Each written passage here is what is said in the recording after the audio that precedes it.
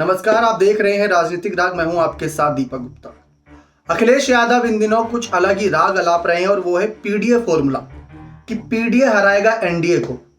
आखिर क्या है ये पीडीए? क्या सचमुच इतना असरदार साबित होगा जिसकी वजह से अखिलेश यादव हर एक छोटे बड़े मंच से इस बात को आगे रख रहे हैं?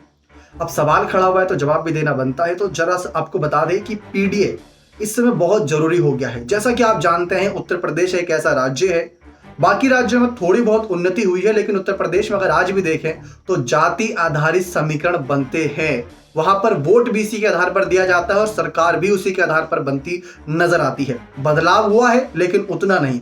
इसी को लेकर अखिलेश ने क्या दाव चला, उनको जब दिख रहा है कि जो उनका एक फैक्टर रहा करता था पहले, एमवाई मुलायम यादव का फैक्टर, वो थोड़ा कमजोर पड़ रहा है और ये विधानसभा चुनाव में उन्होंने देखा था। इसी वजह से इस बार बड़ी बैठकों के बाद अखिलेश ने निष्कर्ष निकाला पीडीए का, पिछड़ा, दलित और अल्पसंख्यक, उन्होंने ए को अगड़ा भी कहा है। तो ये फॉर्मूला इस बार लागू करेंगे जिससे एनडीए को हराया जाएगा। वैसे तो अखिलेश भी इंडिया अलायंस का हिस्सा है, लेकिन वो बात कर रहे हैं इस समय पिछड़ा, दलित और अल्पसंख्यक की। क्या ये जाति आधारित समीकरण बना पाएंगे? क्या ये अखिलेश को लोकसभा चुनाव 2024 में जितनी सीटें वे सोच रहे हैं, क्या उतनी सीटें दिला पाएंगे?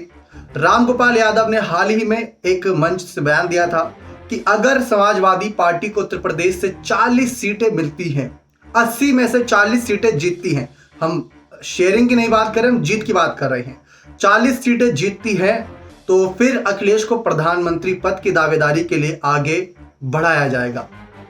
अब 4-5 सीटें लेके बार्गेनिंग तो करेंगे नहीं कि भाई अखिलेश को प्रधानमंत्री बना दो। 272 प्लस बहुमत का आंकड़ा चाहिए, तो ये थोड़ा मुश्किल होता है।